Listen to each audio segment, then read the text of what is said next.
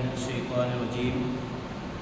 وإذ قال الله يا عيسى ابن مريم أأنت قلت للناس اتخذوني وأمي إلهين من دون الله قال سبحانك ما يكون لي أن أقول ما ليس لي بحق إن كنت قلته فقد علمته تعلم ما في نفسي ولا أعلم ما في نفسك إنك أنت علام الغيوب.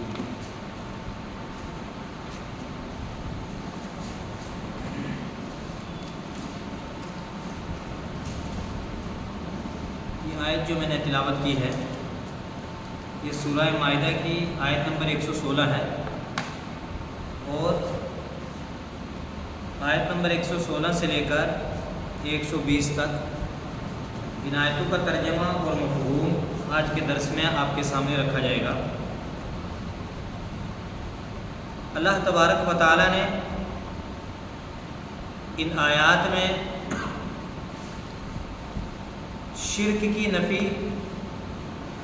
اور توحید کو اجاگر کیا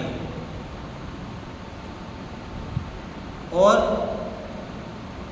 یہ بات بھی اللہ تبارک و تعالیٰ نے ان آیات میں بتائی کہ غیب کا علم صرف اللہ تبارک و تعالیٰ کو ہے۔ اور ایک چیز کہ اللہ ہر چیز پر قادر ہے، تو اس کی قدرت کا تقاضا یہ ہے، اس کی ملکیت کا تقاضا یہ ہے کہ اس کی توحید کو اپنایا جائے، شرک سے بچا جائے۔ تو شروع کی ان آیات میں اللہ تبارک و تعالیٰ نے عیسیٰ علیہ السلام کے تعلق سے یہاں بات نقل کی کہ جب اللہ تبارک و تعالیٰ عیسیٰ بن مریم سے کہے گا اَأَنْتَ قُلْتَ لِلنَّاسِ اتَّخِذُونِي وَأُمِّيَ إِلَٰهَيْنِ مِن دُونِ اللَّهِ، کیا تو نے لوگوں سے کہا تھا، یعنی اللہ تبارک و تعالیٰ عیسیٰ علیہ السلام سے کہیں گے کہ کیا تو نے کہا تھا اتخذونی، مجھے، یعنی عیسیٰ علیہ السلام کہیں گے کہ مجھے و امیہ اور میری ماں کو الہین من دون اللہ کے علاوہ دو معبود بنا لیں۔ یعنی اللہ تبارک و تعالیٰ عیسیٰ علیہ السلام سے پوچھے گا، کہے گا کہ کیا تو نے یہ کہا تھا کہ مجھے، یعنی عیسیٰ علیہ السلام کو اور اسی طرح میری ماں کو اللہ کے علاوہ الہ ہے، الہ میں نے معبود، الہان دو معبود، الہین کا لفظ اللہ نے استعمال کیا، یعنی دو معبود بنا لینا، یعنی اللہ کو چھوڑ کر عیسیٰ علیہ السلام کو معبود بنا لینا اور اسی طرح ان کی ماں کو معبود بنا لینا۔ تو اس تعلق سے اللہ تبارک و تعالیٰ کل قیامت میں سوال کرے گا۔ کس سے سوال کرے گا؟ عیسیٰ علیہ السلام سے۔ آگے بات آئے گی جب کہ اللہ تبارک و تعالیٰ عیسیٰ علیہ السلام کے بارے میں عیسیٰ سے بہتر جانتے ہیں، وہ میرے بارے میں، آپ کے بارے میں ہم سے بہتر جانتا ہے اللہ تبارک و تعالیٰ، اس میں کوئی شک نہیں ہے۔ کوئی اگر شک کرتا ہے تو اس کا ایمان خطرے میں، وہ اس کا ایمان نہیں ہے۔ تو پھر بھی اللہ تبارک و تعالیٰ عیسیٰ علیہ السلام سے پوچھے گا، اور یہ قیامت کے دن اللہ پوچھے گا۔ کب پوچھے گا اللہ؟ قیامت کے دن اللہ تبارک و تعالیٰ پوچھے گا یہ لوگوں کو بتلانے کے لیے کہ جو عیسیٰ علیہ السلام کو معبود مانتے ہیں، جو ان کی والدہ کو معبود مانتے ہیں، اسی طرح روح القدس کو معبود مانتے ہیں، تو اللہ تبارک و تعالیٰ یہ سوال کرے گا، قال سبحانک، عیسیٰ علیہ السلام کہیں گے سبحانک، تو پاک ہے، یعنی تو ہر طرح کے عیوب، نقائص، شرک، غلطیوں سے تو پاک و صاف ہے، سبحانک، تو پاک ہے۔ اسی طرح سبحان کا لفظ استعمال کرتے ہیں نماز میں، آدمی بھول جاتا ہے،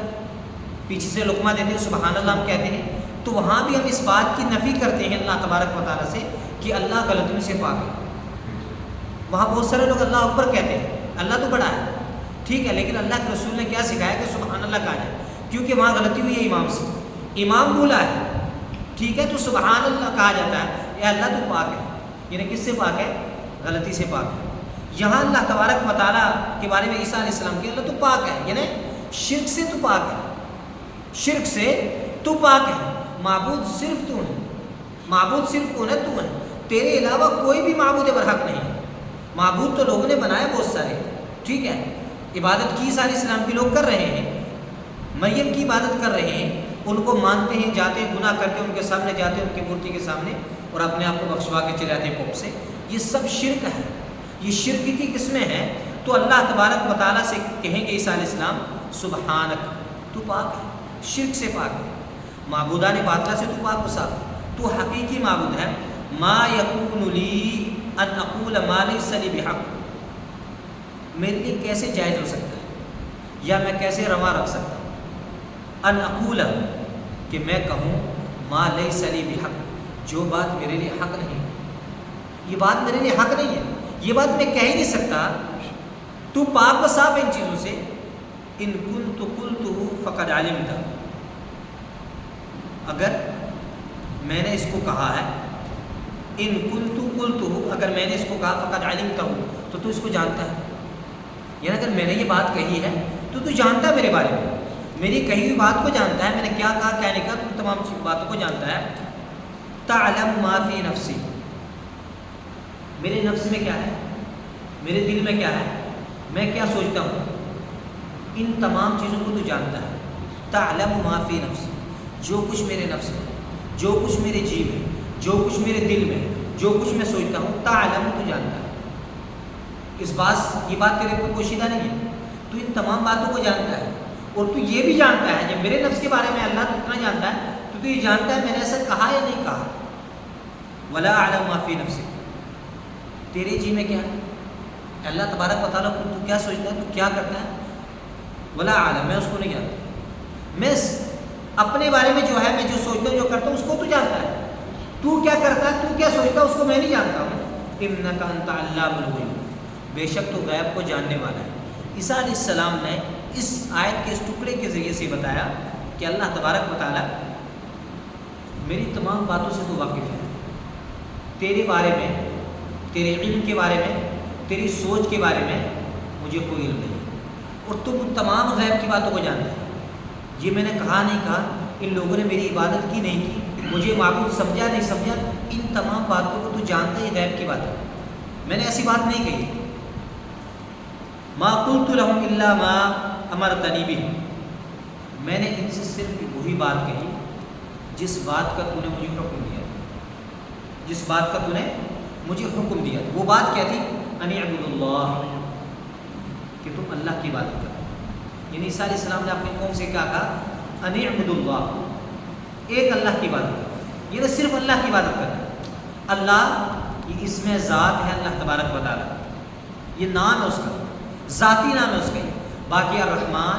الرحیم، المالک، القدوس، الجبار، القہار، الحکیم، العزیز، یہ تمام اس کی صفاتی نام ہے، اللہ ہی اس کا ذاتی نام ہے۔ اس لیے اللہ عیسیٰ علیہ السلام نے اعبدوا اللہ، کہ تم اللہ کی عبادت کرنا۔ کس کی عبادت کرنا، اللہ کی عبادت کرنا، اور انبیاء کا مقصد بھی یہی تھا بھیجنے کا، ان اعبدوا اللہ، وَلَقَدْ بَعَثْنَا فِي كُلِّ أُمَّةٍ رَسُولًا أَنِ اعْبُدُوا اللَّهَ، جتنے بھی انبیاء اللہ تبارک و تعالیٰ نے، وَلَقَدْ بَعَثْنَا فِي كُلِّ أُمَّةٍ رَسُولًا، ہم نے ہر امت میں، فی امت، ہر ایک امت میں، رسولا، رسول بھیجا، ان اعبدوا اللہ، کہ تم اللہ کی عبادت کرو۔ عیسیٰ علیہ السلام کہیں ان اعبدوا اللہ، میں نے ان سے کہا کہ اللہ کی عبادت کرنا، ربی و ربکم، جو میرا رب ہے، جو تمہارا رب ہے، تمہاری پرورش، رب کا مطلب ہوتا ہے پرورش، دیکھ ریکھ کرنا، پالنا، پوسنا، اس کو بڑا کرنا، اس کی تمام ضروریات کو پوری کرنا۔ اسی طرح اساتذہ کو، ماں باپ کو بھی مربی کہا جاتا ہے۔ مربی لفظ اسی را با سے نکلا ہے، مربی اسی سے نکلا، مربی پرورش کرنے والا، دیکھ ریکھ کرنے والا، تربیت کرنے والا۔ تو اللہ تبارک و تعالیٰ انسان کی دیکھ ریکھ کرتا ہے، اس کی پرورش کرتا ہے، اس کی تربیت بھی کرتا ہے۔ اس کی تربیت کیسے، تو قرآن اس نے بھیجا، رسولوں کو بھیجا، اللہ کے رسول سے آخر رسول کو بھیجا، اور اللہ کے رسول نے اس قرآن کی تفسیر بیان کی ہمارے سامنے، ربی و ربکم، جو میرا بھی رب ہے، تمہارا بھی رب ہے، تمہاری دیکھ ریکھ، تمہاری پرورش کرنے والا بھی اللہ ہے، اور میری دیکھ ریکھ، میری پرورش کرنے والا، میرے اعمال کو جاننے والا بھی کون ہے، اللہ ہے، جو صرف میرا اور تمہارا رب ہے، اسی کی عبادت کا اللہ تبارک و تعالیٰ میں نے ان کو حکم دیا تھا۔ وَكُنْتُ عَلَيْهِمْ شَهِيدًا، اور میں ان پر گواہ رہا، میں ان پر کیا رہا، گواہ رہا، مَا دُمْتُ فِيهِمْ، جب تک میں ان میں رہا، مَا دُمْتُ فِيهِمْ، جب تک میں ان میں تھا، جتنی دیر تک میں ان میں تھا، میں ان پر گواہ رہا کہ میں نے ان سے کیا کہا، کیا بات ان کو بتلائی، انہوں نے کیا کیا کیا نہیں کیا، ان تمام پر میں گواہ رہا جب تک میں ان میں رہا۔ فلما توفیتنی، اور جب تو نے مجھے اٹھا لیا، کنت انت رقیب علیہم، تو ان پر نگہبان تھا۔ جب مجھے تو نے اٹھا لیا، آسمانوں پر تو مجھے لے گیا، اس کے بعد کنت انت رقیب علیہم، تو ان پر نگہبان تھا، تو ان کی دیکھ ریکھ کر رہا تھا، تو ان کے اعمال کو جانتا تھا۔ وانت علی کل شیء شہید، کیوں ایسا تھا کہ جب تک میں ان میں رہا میں گواہ رہا، جب میں جو اٹھا لیا گیا اللہ تبارک و تعالیٰ تو نے اٹھا لیا، اپنے پاس بلا لیا مجھے، تو ان پر نگہبان تھا، تو ان کا رقیب تھا۔ کیوں؟ وانت علی کل شیء شہید، اس لیے کہ تو ان پر گواہ تھا، تو ہر چیز پر گواہ ہے، یہ نہ ہر چیز پر تیری قدرت ہے، تو ہر چیز کا گواہ ہے، تو ہر چیز کے بارے میں جانتا ہے، اس لیے میرے اٹھا لینے کے بعد تو ان کا نگہبان رہا، تو ان کا نگراں تھا، تو ان کی دیکھ ریکھ کر رہا تھا۔ ان تعذبہم، عیسیٰ علیہ السلام کہے گے اگر تو ان کو عذاب دے، فإنہم عبادک، یہ تیرے بندے ہیں، یہ کیا ہیں؟ یہ تیرے بندے ہیں۔ وإن تغفر لهم، اگر تو ان کو معاف کر دے، فإنک انت العزیز الحکیم، تو غالب بھی ہے، حکمت والا بھی ہے۔ اس آیت کو اگر ہم دیکھیں، اگر تو ان کو عذاب دے تیرے بندے، انہیں میرے خیال میں کچھ نہیں۔ عیسیٰ علیہ السلام کا قول قرآن نے نقل کیا۔ جو لوگ انبیاء کو یہ سمجھتے ہیں کہ انبیاء ہی سب کچھ ہیں، یا صلحاء ہی سب کچھ ہیں، یا فرشتے ہی سب کچھ ہیں، یا پیر ہی سب کچھ ہے، یا کوئی بہت اونچا ہو وہی سب کچھ ہے، تو یہاں عیسیٰ علیہ السلام کا یہ قول مجھے اور آپ کو یہ دعوت دیتا ہے کہ ہم کس کے بندے ہیں؟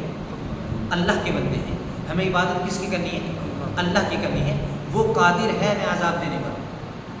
تو یہاں عیسیٰ علیہ السلام نے یہ بات کی، اگر تو ان کو عذاب دے فإنہم عبادک، یہ تیرے بندے ہیں۔ وإن تغفر لهم، اگر تو ان کو بخش دے تو غالب ہے، حکمت والا ہے۔ کتنا خوبصورت جملہ ہے عیسیٰ علیہ السلام کا، یہ پورا قرآن خوبصورت ہے، لیکن کبھی کبھی کوئی جملہ، کوئی آیت قرآن کی ایسی ہوتی ہے جو انسان کے دل میں اتر جاتی ہے، جس سے انسان کی کایا پلٹ جاتی ہے، جس سے انسان کی زندگی پلٹ جاتی ہے۔ عیسیٰ علیہ السلام نے کہا ایسا کیوں کر تو ان کو بخش دے، کیونکہ تو غالب ہے، تو ہر چیز پر غالب ہے، کوئی بھی چیز تجھ پر غالب نہیں آ سکتی، تو غالب ہے، ساری چیزیں مغلوب ہیں،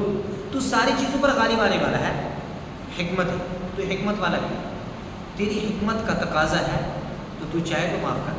تیری حکمت اگر چاہتی ہے کہ ان کو عذاب دے تو عذاب دے سکتا ہے تیرے بندے، اگر تو چاہے تو تیری حکمت کا اگر تقاضا ہے تو ان کو معاف بھی کر سکتا ہے، تیری تو حکمت والا بھی ہے۔ تیری حکمت کیا کہتی ہے وہ تو جانتا ہے، تیری حکمت کو میں نہیں جانتا، تیرے غلبے کو میں نہیں جانتا ہوں، تو معاف بھی ان کو کر سکتا ہے، تو چاہے عذاب بھی دے سکتا ہے۔ اور اللہ کے رسول صلی اللہ علیہ وسلم نے پوچھا کہ کوئی بھی انسان اپنے اعمال کی وجہ سے جنت میں نہیں جائے گا۔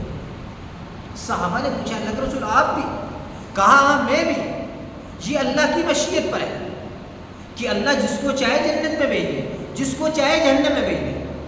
اور اسی چیز کو بتانے کے لیے، جنت اور جہنم کے راستے کو بتانے کے لیے اللہ تبارک و تعالیٰ نے انبیاء کو بھیجا اور آخری نبی کو بھیجا، اور آخری نبی پر آخری کتاب نازل کی کہ یہی عمل کرو گے تو اللہ کی مشیت کا یہ تقاضا ہے کہ تمہیں جنت دے دے گا، یہ عمل کرو گے تو اللہ کی مشیت کا یہ تقاضا ہے کہ وہ تمہیں جہنم میں بھیج دے۔ اس لیے عمل کون سا کرنا ہے؟ اللہ کو خوش کرنے والا عمل کرنا ہے، اور اپنے عمل پر نازا نہیں ہونا ہے، اپنی توحید پر غرور نہیں کرنا ہے، ہمیں اپنے اعمال پہ ثابت قدم رہنے کے لیے اللہ سے دعا کرنا ہے، اور اللہ کی بارگاہ میں یہ دعا کرنا ہے اللہ یہ عمل تیرے لیے ہے، اے اللہ یہ عمل میں نے تیرے لیے کی، تیری خوشنودی کے لیے، تیری رضا کے لیے کی، میں تیرا بندہ ہوں، کمیاں کوتاہیاں مجھ سے ہوں گی، اے اللہ تبارک و تعالیٰ تو مجھے عذاب نہیں دینا، تو مجھے بخش دینا اور تو مجھے جنت دے دینا۔ اور اللہ کے رسول صلی اللہ علیہ وسلم کے بارے میں آتا ہے کہ اللہ کے رسول نے ایک رات، پوری رات اسی آیت کو اللہ کے رسول پڑھتے تھے، اور صبح ان تعذبهم فإنهم عبادك وإن تغفر لهم فإنك أنت العزيز الحكيم، پوری رات اس آیت کو پڑھتے رہے یہاں تک کہ صبح ہو گئی نماز میں، یہ تہجد کے اندر۔ تو اندازہ لگائیے کہ اللہ کے رسول کی حالت کیسی ہو، اس آیت کو پڑھتے اور رغبت اللہ کے رسول کی، کہ مطلب اس آیت کا مفہوم اللہ کے رسول کے ذہن میں رہا ہوگا کہ اللہ میری امت بھی تیری یہ تیرے بندے ہیں، اگر تو چاہے تو ان کو عذاب دے سکتا ہے، وَإِن تَغْفِرْ لَهُمْ تو بخشش، تو غالب و حکمت والا ہے۔ یہ دعا اللہ کے رسول اپنی امت کے لیے کر رہے ہیں، بخشش کے لیے، مغفرت کے لیے۔ اور دوسری حدیث میں آتا ہے تو اللہ کے رسول نے بار بار جب اس آیت کو پڑھایا تو اللہ تبارک و تعالیٰ، صحابی نے پوچھا اللہ کے رسول آپ نے کیا مانگا؟ اللہ کے رسول نے کہا کہ میں نے اللہ سے سوال کیا اپنی امت کے بارے میں، تو اللہ نے میری شفاعت اپنی امت کے لیے رکھی ہے، میری شفاعت اپنی امت کے لیے رکھی ہے۔ اور دوسری حدیث کا اگر آپ مفہوم دیکھیں تو اللہ کے رسول کی شفاعت اس شخص کو حاصل ہوگی لا یشرک باللہ شیئا، جس نے اللہ کے ساتھ کسی کو شریک نہیں ٹھہرایا، اس کی عبادت میں، اس کے احکام میں، اس کے حرام و حلال میں، ان تمام چیزوں میں کسی دوسرے کو اس کا شریک نہیں ٹھہرایا ہوگا۔ اور اسی طرح آپ اگر سورہ قصص کو دیکھیں، وہاں بھی اللہ تبارک و تعالیٰ ایک سوال اللہ تبارک و تعالیٰ کرے گا وَيَوْمَ يُنَادِي فَيَقُولُ أَيْنَ شُرَكَائِيَ الَّذِينَ كُنتُمْ تَزْعُمُونَ، کہ جس دن اللہ ان کو پکارا جائے گا، أَيْنَ شُرَكَائِي، تمہارے شرکا کہاں ہیں، تمہارے گمان میں جو شرکا تھے میرے وہ کہاں ہیں، أَيْنَ شُرَكَائِي الَّذِينَ كُنتُمْ تَزْعُمُونَ، جن کو تم شریک مانتے تھے میرا، بلاؤ ان کو بلا لو۔ اور اللہ تبارک و تعالیٰ آگے گا فَعَمِيَتْ عَلَيْهِمُ الْأَنْبَاءُ يَوْمَئِذٍ فَهُمْ لَا يَتَسَاءَلُونَ، اس دن تمام جو خبریں ہوں گی نا، جو تمام دعوے لوگ کرتے تھے نا، وہ اندھے ہو جائیں گے، جن ان کو کچھ نہیں سوچے گا، وہ تمام خبریں، وہ تمام باتیں بالکل مخفی ہو جائیں گی۔ اور اسی جو آیت میں نے سورہ قصص کی پڑھی، اس میں آگے اللہ تبارک و تعالیٰ ان کو بلائے گا، پوچھے گا، وہ کہیں گے اللہ تبارک و تعالیٰ ہم نے ان کو بہکایا، یہ ہمارے بہکامہ ہے، تبرأنا الیک ما کانوا کیا نہیں یعبدون، ہم ان سے بری ہیں، ہم ان سے بری ہیں، اے اللہ ہم نے ان کو بلایا کہ ہماری عبادت کرو،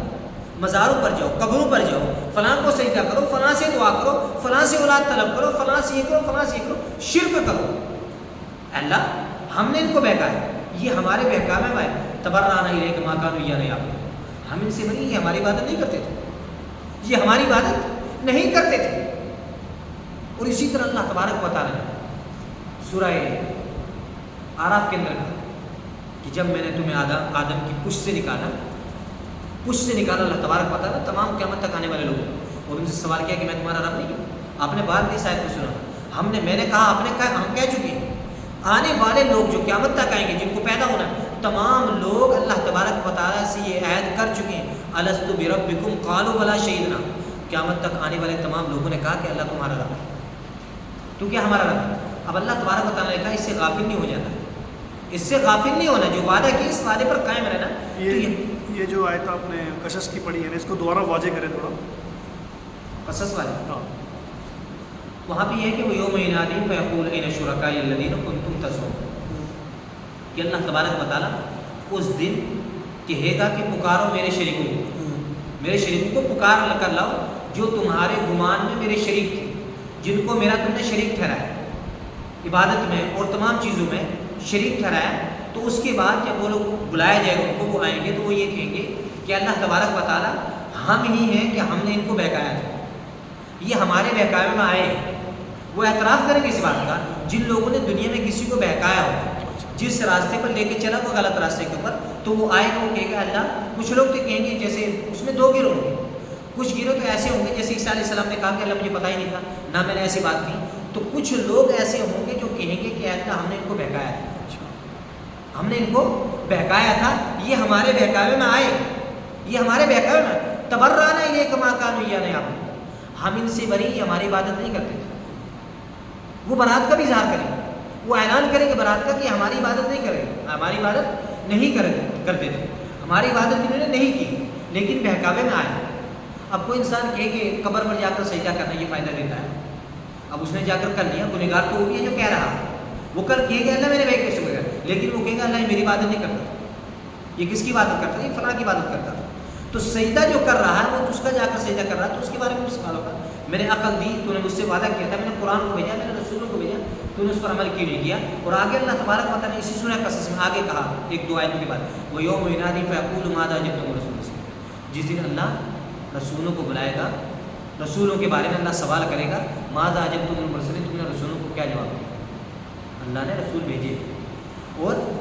اب دیکھ لیجیے آپ کہ دنیا کا کوئی بھی انسان آج کے وقت میں ایسا نہیں جو اسلام کے بارے میں نہیں جانتا، جو قرآن کے بارے میں نہیں جانتا، جو محمد صلی اللہ علیہ وسلم کے بارے میں نہیں جانتا، جو عیسیٰ علیہ السلام کے بارے میں نہیں جانتا، جو موسیٰ علیہ السلام کے بارے میں نہیں جانتا، وہ بدھسٹ ہو، وہ کمیونسٹ ہو، وہ بالکل ناستک ہو، جو اللہ کو نہیں مانتے، کسی بھی معبود کو نہیں مانتے، یہ تمام لوگوں کے پاس آج اسلام پہنچا ہوا ہے۔ کوئی علاقہ ایسا ہو سکتا ہے بائی چانس دنیا میں کہ جہاں نہیں پہنچی ہو، الگ بات ہے، جن کے پاس نہیں پہنچا وہ بری ہو سکتا ہے کہ اللہ مجھے پتہ نہیں تھا، میں نے کوشش بھی کی، اس کی کوشش کے مطابق جو اس کا حکم لگے گا وہ اللہ تبارک و تعالیٰ قیامت کے دن لگائے۔ لیکن آج کے دور میں کوئی بھی ایسا شخص نہیں جس کو اسلام کے بارے میں پتہ نہیں، جو اسلام کے بارے میں نہیں جانتا، جو محمد کے بارے میں نہیں جانتا ہے. تو اللہ تبارک و تعالیٰ نے عیسیٰ علیہ السلام کے اس قول کو نقل کیا، اور اللہ کے رسول صلی اللہ علیہ وسلم محمد صلی اللہ علیہ وسلم اس آیت کو پوری رات تلاوت کرتے رہے اپنی اللہ کی جو اس میں حکم ہے اس حکم کی وجہ سے اور اپنی امت کے لیے. آگے اللہ تبارک و تعالیٰ کا قال اللہ ھذا یوم ینفع الصادقین صدقہم، اللہ کہے گا ھذا یوم، آج کے دن یعنی اس دن صادقین کو ان کے صدق کا بدلہ ملے گا، یعنی سچوں کو ان کی سچائی کا فائدہ پہنچے گا. سچائی سے مطلب کون سے؟ توحید کی سچائی، یعنی جو لوگ توحید کا اقرار کرتے تھے، شرک کی نفی کرتے تھے، شرک سے باز رہتے تھے، آج وہ توحید کی جو سچائی ہے وہ ان کو فائدہ دے گی. اس آیت میں صدق سے مراد توحید کی سچائی، یعنی توحید کا سچا ہونا، اور جو لوگ توحید پر قائم تھے ان کی توحید ان کو فائدہ دے گی. لہم جنات، ان کے لیے باغ ہیں، تجری من تحتها الانہار، جن کے نیچے نہریں ہوں گی، خالدین فیہا ابدا، اس میں ہمیشہ ہمیشہ رہیں. یعنی توحید سے بڑی سچائی کوئی نہیں، اور جو توحید کو اپناتا ہے اس سے بڑا سچا کوئی نہیں. اس کے اعمال میں کوتاہی الگ بات ہے، ٹھیک ہے، اس کی زندگی کیسی گزری الگ بات ہے، لیکن اگر اس کا عقیدہ توحید مضبوط ہے، وہ اپنے عقیدے میں سچا ہے، اس کا عقیدہ قرآن و حدیث کے مطابق ہے، تو وہ اپنے اس عقیدے میں سچا ہے، اور اس کی یہ سچائی اس کو فائدہ دے گی قیامت کے دن. اس کے لیے جنتیں ہوں گی، کئی باغ ہوں گے، جن باغوں میں نہریں جاری ہوں گی، اس میں ہمیشہ ہمیشہ رہے گا. ان باغوں میں رضی اللہ عنہ، اللہ ان سے راضی ہو گیا، یعنی ایسے لوگوں سے اللہ کیا ہو گیا؟ راضی ہو گیا. ورضوا عنہ، وہ اللہ سے راضی ہو گیا،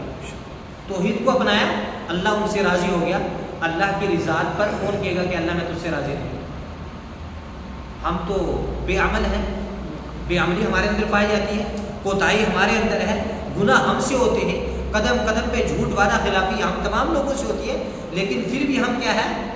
اللہ کی رضا پر راضی ہیں، اللہ کی جنت پر ہم راضی ہیں، اللہ کی توحید پر ہم راضی ہیں. پھر بھی ہم یہ سوچتے ہیں، یہ لالچ ہمارے اندر ہے کہ اللہ تو جنت دے گا ہمیں، تو اللہ کی رضا پر موقوف ہے نہیں، تو ہم اللہ کی رضا پر راضی ہیں. ذالک الفوز العظیم، اللہ نے کہا کہ بہت بڑی کامیابی ہے، اس سے بڑی کامیابی کوئی نہیں. جو توحید پر جم جائے، توحید کو سچائی کو اپنا لے، یہ توحید اس کو فائدہ دے گی، یہ توحید اس کو جنتوں میں لے کر جائے گی. کئی باغ اس کو ملیں گے، جنات، کئی باغ ملیں گے اس کو جن کے نیچے سے نہریں جاری ہوگی. ان باغوں میں اس نے ہمیشہ رہنا ہے، اور اس توحید کی وجہ سے اللہ ان سے راضی ہے، وہ اللہ سے راضی ہوگی. اور یہ سب سے بڑی کامیابی ہے. للہ ملک السماوات والارض وما فیہن، للہ ملک السماوات والارض وما فیہن، زمینوں کی اور آسمان کی، وما فیہن، اور جو کچھ ان میں ہے، آسمانوں میں زمینوں میں، للہ اللہ کے لیے. یعنی زمینوں آسمانوں کی بادشاہت، زمین کی بادشاہت، اور جو کچھ زمین میں ہے اس کی ملکیت کس کے لیے ہے، اس کی بادشاہت کس کے لیے ہے، اس کا مالک کون ہے؟ ان تمام چیزوں کا اللہ ہے. کیا ہے؟ اللہ ہے. یہاں اللہ نے بتایا اس آیت میں کہ بادشاہ کون ہوں؟ میں ہوں. بادشاہت کس کو ماننا؟ میں ہوں. قدرت کس کی ہے؟ میری ہے. اس لیے مجھے ہی بادشاہ ماننا ہے. وَهُوَ عَلَىٰ كُلِّ شَيْءٍ قَدِيرٌ، اور وہ ہر چیز پر قادر ہے، ہر چیز پر قدرت رکھتا ہے. جب اس کی قدرت کو ہم مانتے ہیں تو اس کی قدرت اس چیز کی بھی متقاضی ہے. وہ جس بندے کو چاہے جنت دے دے اور جس بندے کو چاہے جہنم دے دے. اس نے کسی راستے کو بتانے کے لیے، کسی چاہت کو، اپنی اس چاہت کو بتانے کے لیے قرآن کو بھیجا، قرآن سے پہلے دوسری کتابوں کو بھیجا، محمد صلی اللہ علیہ وسلم کو بھیجا، محمد صلی اللہ علیہ وسلم سے پہلے بہت سارے انبیاء کو بھیجا،